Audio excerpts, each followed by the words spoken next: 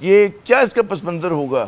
دیکھیں نہ کرنے والی بات ہے نا، یہ نہ کرنے والی بات ہے نا، اس لیے ہمیں کوئی دلچسپی نہیں ہے اس ایجنڈے سے۔ ہم یہ چاہتے ہیں کہ ہم آگے بڑھیں۔ جو اس وقت ہمیں معاملات درپیش ہیں، 9 مئی کو بہانہ بنا کر ملک کی سب سے بڑی سیاسی جماعت پر ایک یلغار جاری ہے۔ 26 نومبر کا بھی خون خشک نہیں ہوا، شہداء جو ہیں، ان کے لواحقین جو ہیں، ان کا غم ابھی تازہ ہے، ان کو انصاف ملنا چاہیے، ان کے حوالے سے بات ہونی چاہیے۔ ورنہ تو آپ چلے جائیے سن 54 سے چلے جائیے، تمیز الدین خان کی اسمبلی سے بات شروع کیجیے۔ یہ نہ کرنے والی باتیں ہوتی ہیں۔ جو بھی کوئی ایسی بات کرتا ہے اس کا مطلب یہی ہوتا ہے کہ وہ آج کا جو ظلم ہے اس سے نظر چرانا چاہتا ہے۔ آپ کا کہنا ہے کہ پلینگ ٹو دا گیلری ہے، لیکن حکومت یہ تاثر دے رہی ہے مسلسل کہ پی ٹی آئی نے جو ہے مذاکرات سے اٹھنے میں بڑا جلد بازی کا کام کیا، بڑا بے صبری پن کا مظاہرہ کیا، کیونکہ اگر وہ کہتے ہیں انتظار کر لیتے ان کے تحریری جواب کا۔ کیا کہیں گے اس پہ؟ آج اسی طرح کا اشارہ جو تھا شہباز شریف صاحب بھی دے رہے تھے۔ بالکل نہیں، بالکل ایسا نہیں ہے جی۔ دیکھیں 21 دسمبر سے لے کر اب ہم جنوری کے آخر تک آ گئے۔ 25-26 جنوری ہو چکی تھی جب ہم نے اعلان کیا کہ ہم چوتھی نشست میں نہیں بیٹھیں گے۔ اس سے پہلے ہم پہ یلغار ہوئی، استہزاء کیا گیا، مذاق اڑایا گیا، ہمارے مطالبات کا کہا گیا یہ تو ہو ہی نہیں سکتے، ہمارے اسپوکس پرسن حامد رضا کے مدرسے پہ حملہ کیا گیا بلا وجہ۔ تو ہر طریقے سے انہوں نے کوشش کی کہ مذاکراتی عمل کو سبوتاژ کریں، ایک ایسا ماحول پیدا کریں جس میں ہزیمت ہو، جس میں یہ لگے کہ ہم ان کی طرف سے حربہ جو ہے اس کو قبول کرنے کو تیار ہیں۔ ایسا ہم بالکل نہیں کریں گے۔ ہم نے بڑی خلوص نیت سے عمران خان صاحب کی ہدایت پہ دروازہ کھولا تھا۔ ہم چاہتے تھے کہ بیٹھ کے آگے بڑھیں، ملک کو ہم بہتری کی طرف لے کے جائیں، جو ملک میں تناؤ ہے وہ ختم ہو۔ لیکن مجھے نہیں لگتا کہ دوسری جانب ایسی کوئی خواہش ہے۔ وہ صرف یہ چاہتے ہیں کہ 8 فروری کو جو الیکشن لوٹا گیا، جو جھوٹ فریب پر مبنی حکومت ہے، اس کو کسی طرح چلنے دیا جائے، مٹی ڈال دی جائے 8 اور 9 فروری کے جھوٹ پر۔ یہ ہم نہیں ہونے دیں گے۔ لہٰذا اگر یہ مقصد ہے مذاکرات کا کہ بس بھول جاؤ کیا ظلم ہوا، کیا جبر ہوا، کیا لوٹ ہوئی، تو یہ ہمیں قبول نہیں ہے۔ حکومت کی مذاکراتی کمیٹی کوئی تحریری جواب لائی، کچھ اس کی سنگن ہے کہ اس میں کیا تھا، کیا جواب دیا انہوں نے؟ نہیں، ہمیں نہیں وصول ہوا، اور لگتا تو یہی ہوگا نا کہ چلو ہم پیچھے چلے جائیں ماضی میں اور وہاں 10-20 سال لگا دیں کمیشن کے ذریعے تاکہ ہر چیز بے ایمانی ہو جائے۔ تو نظر آ رہا ہے کہ ایک بے ایمانی ماحول ہے، ایک بے ایمانی حکومت ہے، ایک بنیاد کے بغیر نظام ہے، ظلم اور اغوا کاری پر مبنی قانون سازی ہو رہی ہے، 26ویں آئینی ترمیم کے ذریعے عدلیہ کو مفلوج کر دیا گیا ہے۔ اس تمام صورتحال کی موجودگی میں سمجھتا ہوں مزاحمت، حق بات کرنا، سچ بات کرنا، یہ واحد فریضہ ہمارا رہ جاتا ہے۔ ہمیں اب بسکٹ کھانے کا کوئی شوق نہیں ہے کسی۔ اچھا، اسی سے جڑا ہوا حامد رضا صاحب کا میں آج بھی میں عرض کروں، دیکھیں ہم نے مذاکراتی عمل جو ہے حکومت کے ساتھ، حکومتی پارٹیوں کے ساتھ ختم کیا ہے، لیکن پاکستان کی عوام اور پاکستان کی جو دیگر جمہوریت پسند قوتیں ہیں ان سے بالکل ختم نہیں کیا۔ ہم پاکستان کے طول و عرض میں اب جا رہے ہیں، تمام جماعتوں سے ہم مل رہے ہیں، وہ مولانا فضل الرحمان صاحب ہوں، وہ شاہد خاقان عباسی ہوں، وہ سندھ کی جماعتیں ہوں، وہ بلوچستان کی جماعتیں ہوں، مہرنگ بلوچ ہو، ہم ہر ایک سے ملیں گے۔ ہم پاکستان کے ہر فرد کو اب دعوت دیں گے کہ اٹھو، حق کے لیے اٹھو، انصاف کے لیے اٹھو، اور اٹھو اس جبر کے خلاف۔ تو ہمارا اب مقصد یہ ہے کہ ہم اس ملک کو آگے لے کر جائیں، ہم کسی ماضی کے پھندے کا شکار نہ ہوں۔ میں حامد رضا صاحب کا پڑھ رہا تھا ایک ایکس پہ پوسٹ کہ جس میں انہوں نے لکھا کہ جناب وہ مذاکراتی کمیٹی جو تھی حزب اختلاف کی وہ تحلیل کر دی گئی، اور وہی کمیٹی جو ہے وہ دیگر سیاسی جماعتوں سے رابطہ کرے گی جیسے آپ فرما رہے ہیں، اور ایک بڑا وسیع تر حزب اختلاف کا محاذ بنائیں گے۔ تو یہ جو آپ رابطے کریں گے، یہ محاذ بنانے کی کوئی ایک جوائنٹ حکمت عملی کیا حضرت، اس کے خط و خال کیا ہوں گے آپ کے اس انیشیٹو کے؟ جی، ہمارا ایک نکاتی ایجنڈا ہے کہ آئین پاکستان کو بحال کیا جائے۔ اس وقت عملاً پاکستان میں آئین یا آئینی نظام حکومت ختم ہو چکا ہے۔ پیکا کے قانون میں جو تبدیلی کی گئی اس سے آپ کا گلا گھونٹ دیا گیا ہے، ہر پاکستانی کا گلا گھونٹ دیا گیا ہے۔ اس وقت جہاں بالکل ایک قبرستان کا جو قانون ہے وہ لاگو کرنے کی کوشش ہے۔ نہ ہم اپنی سڑکوں پہ چل سکیں، نہ ہم اکٹھے کھڑے ہو سکیں، نہ ہم بات کر سکیں، نہ ہم ووٹ ڈالیں تو ووٹ کی وقت ہو۔ اس وقت مکمل اس ملک پہ ایک سیاہ رات جو ہے وہ طاری ہے۔ ہم نے اس میں روشنی کو ڈھونڈنا ہے۔ ہم ہر پاکستانی کو دعوت دیں گے کہ اب اٹھو، بہت ہو گیا، 77 سال کی ظلمت بہت ظلمت ہے، بہت اندھیرا ہے، اب ہم نے اندھیرے سے باہر نکلنا ہے۔ اچھا، یہ جو آپ کے جو پی ٹی آئی مطالبات ماضی میں پیش کرتی رہی، جس میں جوڈیشل کمیشن کا قیام بھی ہے، آپ کے بعض جو نقاد ہیں وہ کہہ رہے ہیں کہ جی مسائل عوام کے بے شمار ہیں، لیکن کوئی عوامی چارٹر جو ہے وہ نظر نہیں آ رہا ہوتا آپ کے کسی بھی ایجنڈا کے اوپر۔ اب مجھے نہیں پتہ کہ تاثر کس طرح سے پیدا ہوا، کیا کہیں گے آپ کہ جی اتنے کہ صحافی جو ہیں پریشان ہیں، وکلاء پریشان ہیں، محنت کش کی؟ دیکھیں، ناسمجھی کی بات ہے، یہ بالکل ناسمجھی کی باتیں ہیں۔ یہ باتیں وہ لوگ کرتے ہیں جن کو پاکستان کے بنیادی مسئلے کا ہی نہیں پتا۔ پاکستان کا بنیادی مسئلہ عوام کے اوپر حملہ ہے مقتدر قوتوں کا۔ پاکستان کا بنیادی مسئلہ یہ ہے کہ عوام کی آواز کو دبایا جاتا ہے۔ اگر یہ آواز نہ دبی ہوتی تو آج ملک میں صحت کی یہ صورتحال نہ ہوتی کہ 30-35% بچے ہمارے جو ہیں وہ سٹنٹڈ ہیں، ان کی نشو و نما جو ہے ان کی عمر کے حساب سے بہت کم ہے۔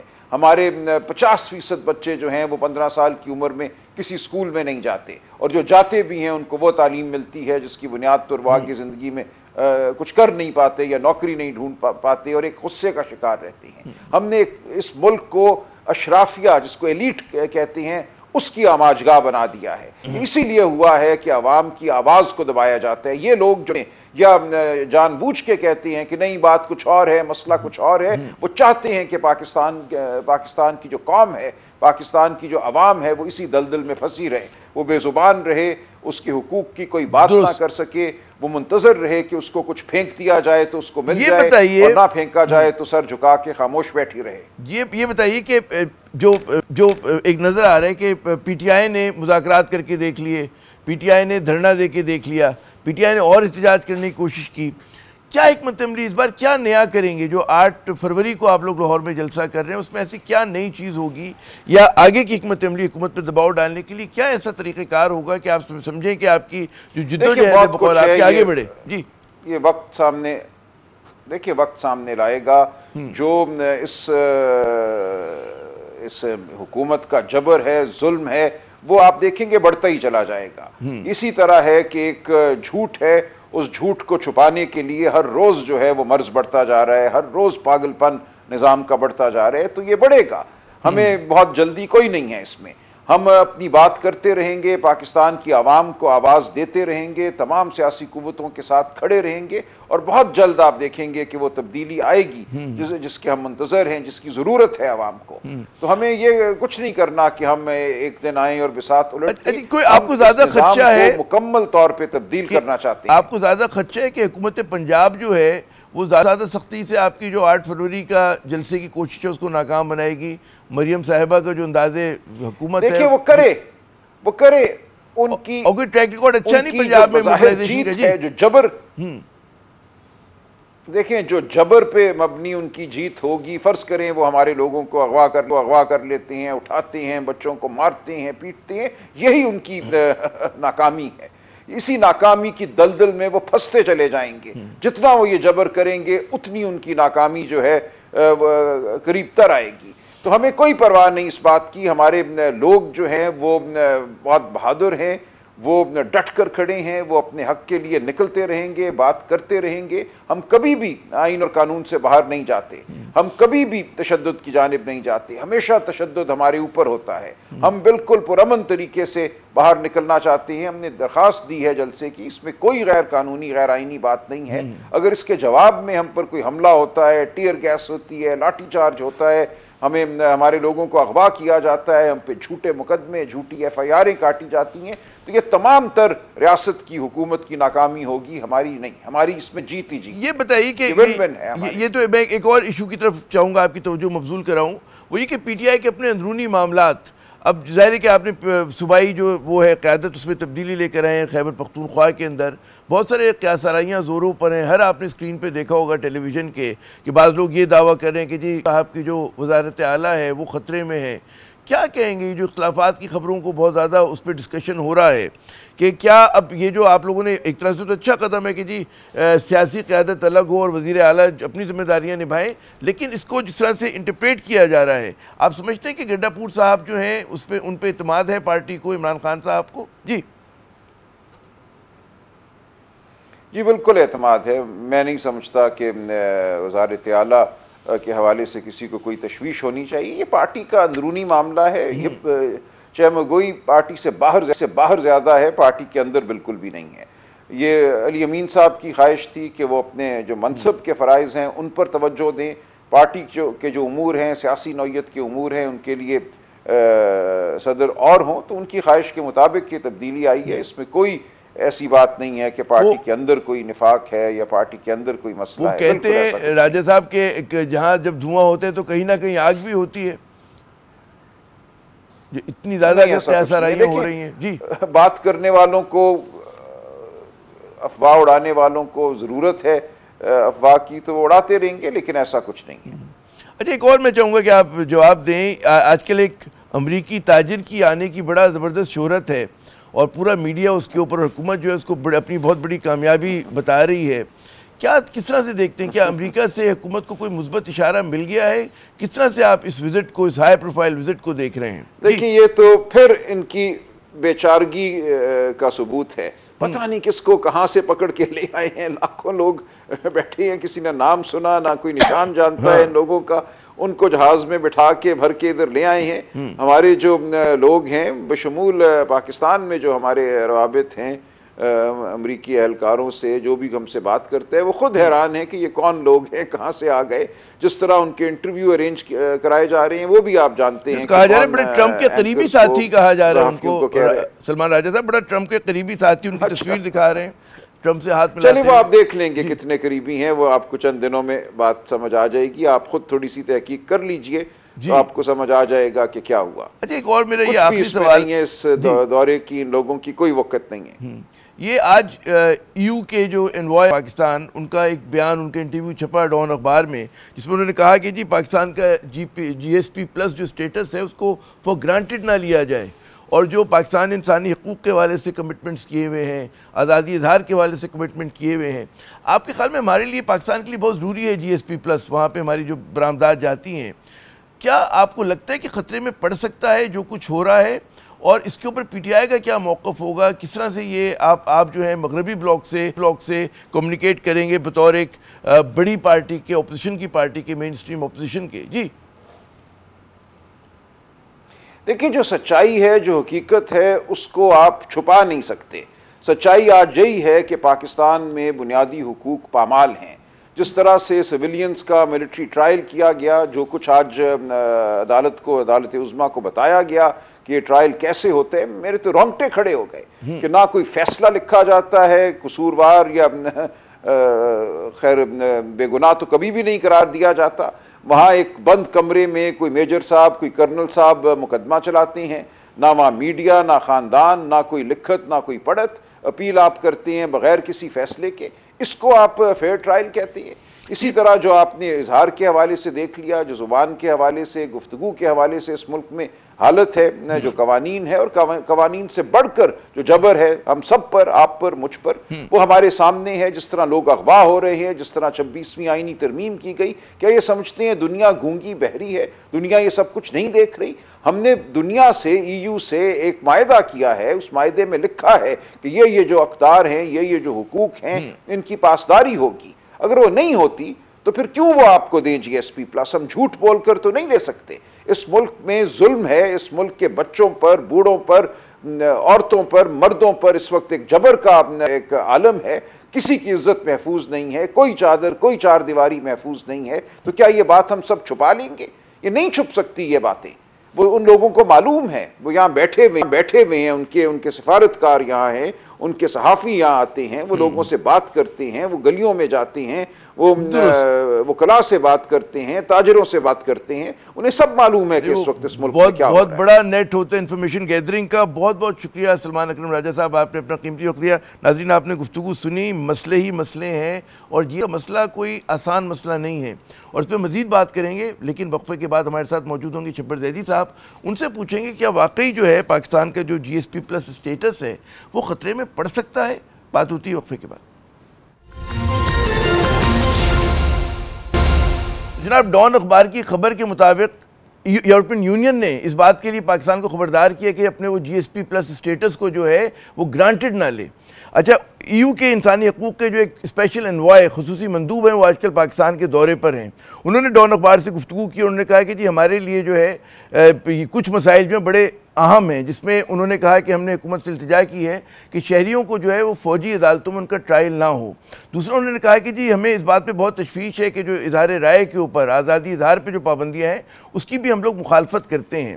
اب ظاہر ہے کہ ہم سب کو پتہ ہے کہ ایو جو ہے پاکستان کا بہت بڑا ٹریڈنگ پارٹنر ہے، اور جی ایس پی پلس کی وجہ سے جو ہے پاکستان کی برآمدات وہاں پر جاتی ہیں۔ اچھا، ساتھ ساتھ ہمیں یہ بھی پتہ ہے کہ پاکستان کو اس وقت جو ہے امریکی بلاک یا مغربی بلاک سے جو ہے اپنی ٹریڈ کو بڑھانے کے لیے، اس کو مینٹین کرنے کے لیے بڑے چیلنجز کا سامنا ہے۔ کس قسم کے چیلنجز کا سامنا ہے؟ خصوصاً جب سے ٹرمپ صاحب کا دور حکومت آیا ہے، تو جو ایک کہتے ہیں نا کہ ایک زمانے میں آپ پریڈکٹ کر سکتے تھے چیزوں کو، اب نہیں کر سکتے، پیش گوئی آپ یقین سے نہیں کر سکتے کہ چیزیں کس طرف جائیں گی۔ اس اہم موضوع پہ گفتگو کرنے کے لیے ہم نے دعوت دی ہے one of the best known tax man of Pakistan, Shabbar Zaidi sahib, former chairman FBR۔ چھبر صاحب، بہت شکریہ اپنا قیمتی وقت دینے کا۔ سب سے پہلے یہ بتائیے کہ جو یورپین یونین کے جو خصوصی مندوب ہیں، ان کے اس بیان کو کیسے دیکھتے ہیں کہ جی پاکستان جی ایس پی پلس کے اسٹیٹس کو جو ہے وہ گرانٹڈ نہ لے؟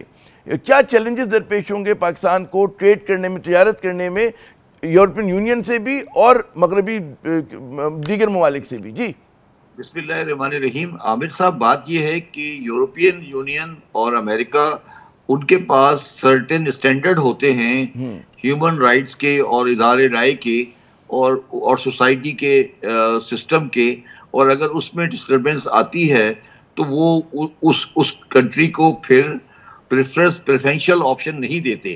آج جی ایس پی پلس جو ہمارے پاس ہے وہ ایک پریفرینشل آپشن ہے، مطلب ہم ایک سمجھ لیں مراعات یافتہ ملک ہیں جس کو ایک برات دی ہوئی ہے یورپین یونین نے۔ تو میرا ذاتی ویو یہ ہے کہ ہمیں کوئی ایسا قدم نہیں اٹھانا چاہیے جس سے ان کے ذہن میں یہ پرسیپشن آئے کہ ہم نے کہیں پہ جا کر ہیومن رائٹ میں یا فریڈم آف ایکسپریشن میں یا فریڈم رول آف لا میں کوئی ایسی کمی بیشی کی ہے، اور یہ ان کا جو آبزرویشن ہے یہ کریکٹ ہے۔ مگر میں اس میں یہ بات کہنا چاہتا ہوں کہ مجھے اپیرنٹلی یہ بات آج تک سمجھ نہیں آئی کہ ہم نے یہ پیکا لا کیوں انٹروڈیوس کیے ہیں۔ میں اس سے سمجھنے سے قاصر ہوں۔ ایسی کون سی ہمارے پاس مسئلہ ہے جس کی وجہ سے ہمیں یہ چیزیں کرنی پڑی؟ میں اس پہ بالکل کلیئر ہوں کہ یہ ہماری بیوروکریسی اور ہمارے جو لوگ ہیں سیکورٹی ایجنسی والے، میں اداروں کی بات نہیں کر رہا، میں وہ لوگ سول سوسائٹی پر ایک طرح کا بوجھ رکھنا چاہتے ہیں۔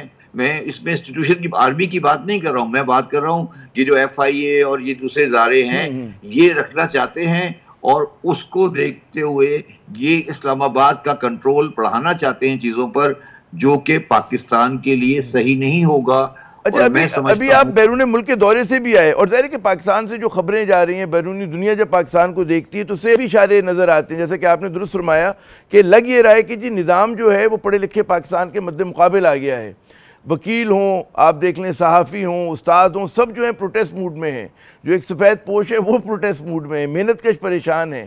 تو یہ ظاہر ہے کہ منفی اشارے آپ مغربی ممالک کو دے رہے ہیں، اور وہاں پہ ظاہر ہے ہمارے پاس دوستوں کی کمی نہیں ہے کہ جو پاکستان کے تضادات کا فائدہ اٹھائے یا اس کے لیے اپنی چیزوں کو آگے بڑھانے کے لیے، مقاصد کو آگے بڑھانے کے لیے۔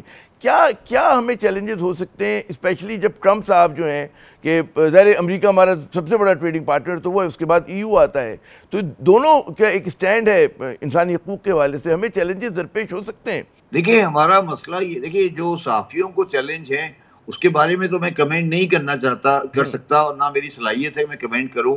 مجھے نہیں پتا کہ صحافیوں کے لیے کیا پوزیشن ہوگی. میں from the business point of view کہہ رہا ہوں, بزنس کے لیے دو چیزیں ضروری ہوتی ہیں.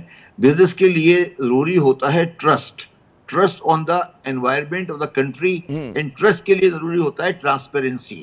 جب آپ ٹرانسپیرنسی کو ختم کرتے ہیں تو ٹرسٹ ختم ہو جاتا ہے. جب ہو جاتا ہے تو پھر آپ کا relation ship with the out cider ختم ہو جاتا ہے. تو یہ جو ہم ٹرانسپیرنسی کو ڈسٹرب کرنے کی کوشش کرتے رہتے ہیں ریگولرلی, اور اس سے ہمیں کچھ حاصل بھی نہیں ہوتا, یہ میرے حساب سے ہمارے غلط اقدام ہوتے ہیں اور ہمیں ان چیزوں سے پرہیز کرنا چاہیے. میں آپ کو یقین سے کہہ سکتا ہوں کہ یہ لا آئے گا, اور بہت سے لاز پاکستان میں موجود ہیں. کوئی اس سے کوئی نہ ایکشن ہوگا نہ کوئی پریشانی ہوگی, مگر آپ کا پرسیپشن خراب ہو جائے گا. پرسیپشن خراب ہو جائے گا. اچھا, پرسیپشن کی جہاں بات ہو رہی ہے, حکومت پاکستان ابھی ایک امریکن انویسٹر آئے ہوئے, وہ ان کا بڑی شہرت ہے کہ جی انہوں نے کہا ہے کہ جی بلینز آف ڈالرز کی جو ہے سرمایہ کاری کی جائے گی. آپ کے خیال میں اس طرح کے جو عمل ہیں وہ کتنا پاکستان کو بوسٹ کرتے ہیں ان حالات میں, کہ جبکہ آپ کہہ رہے ہیں کہ پرسیپشن جو ہے وہ بڑی منفی جا رہی ہے, سگنلنگ منفی بھی جا رہی ہے ساتھ ساتھ, تو ایک طرف دوسری چیز یہ بھی ہو رہی ہے کہ فورن انویسٹر. جی عامر صاحب دیکھیں میری بات سنیں. اگر آپ مجھ سے پوچھتے ہیں کہ پاکستان ایک پریفرڈ انویسٹمنٹ کے لیے اویلیبل کنٹری ہے تو میرا جواب ہوگا نا.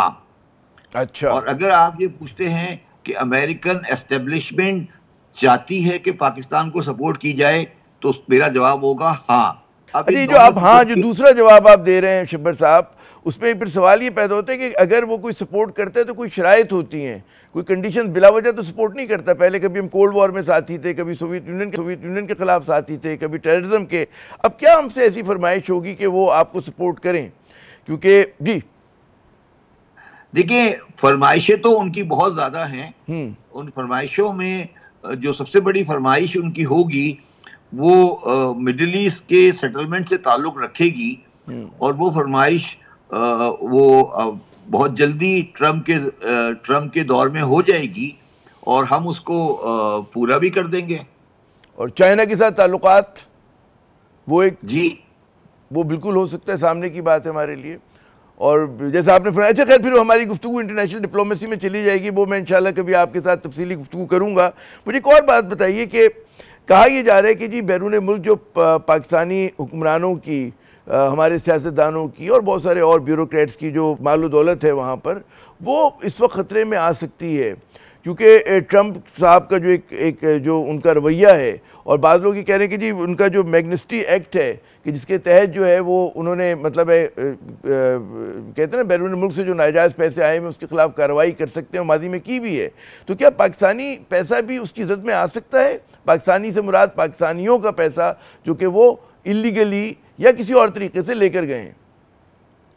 دیکھیے عامر صاحب, آپ کے سوال سے میں یہ اخذ کر سکتا ہوں کہ آپ بڑی ویل انفارمڈ آدمی ہیں, اور میرا جواب اس میں یہ ہے کہ میں اس چیز کو اینٹیسپیٹ کرتے ہوئے میں پاکستان میں ایک ایسڈ ڈکلریشن کی اسکیم دیکھ رہا ہوں اگلے بہت جلدی. کہ وہ ایسڈ ڈکلریشن سے مراد یہ ہوگی کہ جتنا جلد پیسہ وہ لے کر آ جائیں پاکستان, نو کوسچن آسکڈ. لے کے نہیں آئیں, وہ اگر ڈسکلوز کر دیں گے تو پھر انٹرنیشنلی آپ اس کو فریز نہیں کر سکتے. اگر لا یہ ہوتا ہے دنیا کا, OECD کا لا یہ ہے کہ اگر وہ پیسہ کسی ایک ملک کے اندر ٹیکس ریکارڈ میں یا رپورٹنگ سسٹم میں آ جاتا ہے اور اس کی ویریسٹی ہو جاتی ہے تو پھر وہ دوسری جگہ پر فریز نہیں ہو سکتا. نہیں, لیکن ایک جو دلچسپ بات ہے کہ وہی لوگ جو ہیں قانون سازی کریں گے جن کا مبینہ طور پہ پیسہ باہر ہے, تو یہ تو ایک اور پاکستان کی اس میں اتضاد آ جائے گا. مطلب ہے جو پاکستان میں مزاحمت کی تحریک ہے. میری ایک بات سنیں عامر ضیاء صاحب, یہ جو ایسڈ ڈکلیریشن اور فورن ایسٹ ہے نا, یہ میرا فیلڈ ہے, ساری زندگی میں نے یہی کیا ہے, اور میں اس کے بارے میں آپ سے زیادہ بات نہیں کر سکتا, مگر میں صرف یہ کہنا چاہتا ہوں کہ یہ آپ کی غلط فہمی ہے کہ پیسہ جو ہے وہ سیاستدانوں کا ہے. یہ غلط بات ہے آپ کی. جو افسران اور جو بزنس مین ہیں ان کا پیسہ کئی گنا زیادہ ہے سیاستدانوں سے۔ بہت بہت شکریہ شبر ظہری صاحب، آپ نے اپنا قیمتی وقت دیا۔ ناظرین، بات یہ ہے کہ اگر پاکستانی حکمراں اشرافیہ کے، سیاستدانوں کے، بزنس مین کے اور افسروں کے مغرب میں دولت ہے، وہاں پر ان کے سٹیکس ہیں، تو پھر مغرب کے پاس یہ لیوریج آ جاتا ہے کہ وہ پاکستانی حکمراں اشرافیہ کو جو ہے اپنی بات منوانے پہ جو ہے وہ مجبور کر سکیں۔ یہاں پہ ایک وقفہ لیتے ہیں، وقفے کے بعد جب دوبارہ حاضر ہوتے ہیں کچھ بات سانگھڑ کی کرتے ہیں، جہاں پر 3 لوگوں کے قتل کے بعد ایف آئی آر تو کٹ گئی ہے، لیکن سوالات اب بھی بے شمار ہیں۔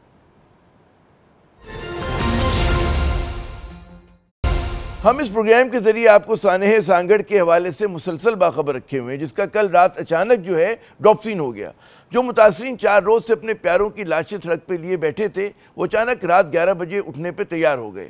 آنن فانن انتظامیہ نے ٹینٹ اکھاڑے، ایمبولنس اور دیگر گاڑیاں منگائیں اور دھرنے میں بیٹھے ہوئے 150 مرد و زن کو جو ہے گھر بھجوا دیا۔ راتوں رات تدفین بھی ہو گئی، نہ لاشوں کا پوسٹ مارٹم ہوا اور نہ کوئی اور تفتیش۔ ایف آئی آر درج تو ہو گئی، لیکن اس میں مظاہرین کے مطالبوں کے برعکس پاکستان پیپلز پارٹی کے ایم این اے علاؤالدین جنیجو صاحب کا نام نہ لکھا گیا، یعنی کہ مظاہرین کی واحد شرط جو تھی وہ بھی پوری نہ ہوئی۔ علاؤالدین کے بعض رشتہ داروں اور ایس ایچ او غلام محمد سیتو صاحب کا نام ضرور ایف آئی آر میں شامل کیا گیا۔ ذرائع کا کہنا ہے کہ معاملہ دبانے میں پاکستان پیپلز پارٹی کے سابق ایم این اے نوید ڈیرو صاحب اور 1-2 وہاں کے جو اور ان کے لیڈرز ہیں مقامی، انہوں نے بڑا اہم کردار ادا کیا۔ قتل کے خلاف درخواست دینے والے فدا حسین جنیجو صاحب نے آج نیوز کو بتایا کہ دباؤ اتنا شدید ہے کہ وہ زبان بھی نہیں کھول سکتے۔ ایف آئی آر میں واقعے کی نوعیت بھی جو ہے بدل دی گئی۔ اتوار کو دن دہاڑے تیرے قتل کا واقعہ جو ہے وہ مویشیوں کے علاؤالدین جنیجو صاحب کی زمین میں گھس جانے پر پیش آیا تھا۔ پرچے میں اس معاملے کو درخت کٹائی کی لڑائی بنا دیا گیا، یعنی کہ جو چاہے آپ کو اس نے کرشمہ ساز کرے۔